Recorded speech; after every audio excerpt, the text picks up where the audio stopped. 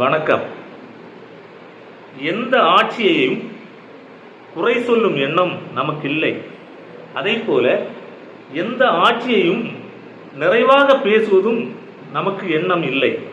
பொதுவான கருத்துக்களை மட்டுமே சில நேரங்களில் கேள்வியாகவும் நடந்த உண்மைகளையும் கேள்வியாகவும் நாம் இங்கே பேசுகின்றோமே தவிர யாருக்கும் ஆதரவாகவும் யாருக்கும் பாதகமாகவும் நாம் இல்லை.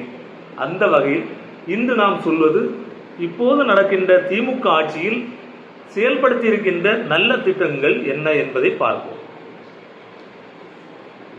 தேர்தல் வாக்குறுதியில் திமுக சொன்ன சில முக்கிய விஷயங்களை எல்லாம் அவர்கள் நிறைவேற்றி இருக்கிறார்கள். அதை பற்றி பார்ப்போம். மகளிருக்கு 1000 ரூபாய் உரிமை தொகை தருவோம் என்று சொன்னார்கள். அதை நிறைவேற்றி இருக்கிறார்கள். எல்லா இடங்களிலும் மகளிர் உரிமை தொகை இப்போது கிடைத்துக் கொண்டிருக்கிறது. அதை போல பேருந்துகளில் மகளிருக்கு இலவச டிக்கெட், இலவச பேருந்து பயணம், இந்த திட்டம் மிக சிறப்பாக தமிழ்நாட்டில் மட்டுமே மிக சிறப்பாக நடைபெற்று கொண்டிருக்கிறது. உண்மையிலேயே அது பாராட்டப்படக்கூடியது.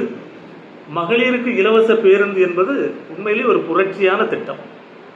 அதுபோல மாணவர்களுக்கு கல்வி உதவித்தொகை மாதந்தோறும் 1000 ரூபாய் கல்வி உதவித்தொகை இந்த ஆட்சியிலே கொடுக்கப்படுகிறது.